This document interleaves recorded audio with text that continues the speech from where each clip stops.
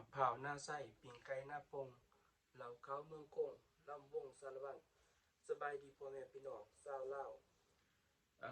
ภายในประเทศและต่างประเทศอยู่หม้องใดทั่วโลกก็มื้อนี้เป็นมื้อเฉลิมฉลองอ่าปีใหม่ลาวบ้านเฮาก็เริ่มแต่วันที่เท่าไรมื้อนี้วันที่11สิฮอดวันที่15บ่11 12 13 14 15ก็ขออวยพรทุกท่านจงมีสุขภาพเข้มแข็งแล้วก็เวลาไปท่องไปเที่ยวก็ระมัดระวังแหน่อย่ากินเหล้าก็ขับรถขับลางก็ถือว่าขอให้ปลอดภัยเนาะก็อย่าสิดื่มในเวลาขับรถว่าซั่นซะแล้วก็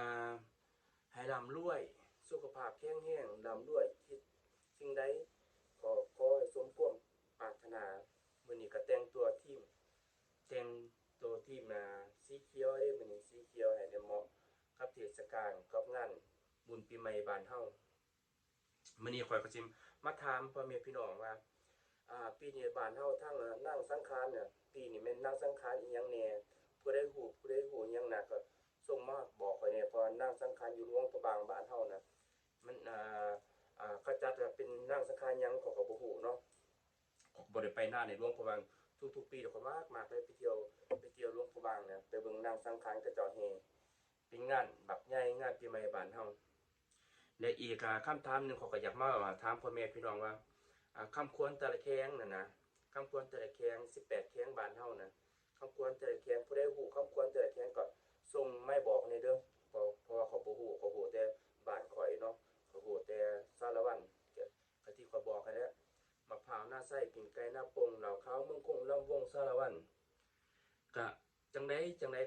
เป็นคนสารวัตรคือเก่ามื้อนี้สมัยแต่ก่อนนี่ไปอยู่สารวัตรก็ไปเที่ยวเด้เที่ยว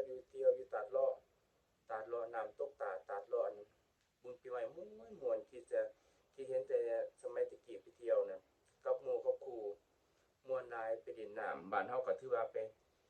อาบน้ำเนาะสิ่งใดแนวบ่ดีก็ให้มันออกไปแล้วก็ต้อนรับปีใหม่มีแต่แนวดีๆที่เข้ามาในชีวิตอะเนาะมื้อนี้ก็เวลาท่องเที่ยวก็ระมัดระวังเนี่ยดื่มเหล้าจริงๆเนี่ยเขาบ่ให้ขับรถขับล่างเนี่ยมันอันตรายเพราะว่าสิเกิดขึ้นอันตรายกับเฮาหรือว่าสิเกิดอันตรายกับคนที่ใช้ถนนหนทางคือกันพ่อแม่พี่น้องก็ระมัดระวังก็บ่มีหยังหลายมื้อนี้ก็สิมาเว้าแต่เท่านี้แหล้วก็ขออวยพรให้ทุกท่านจง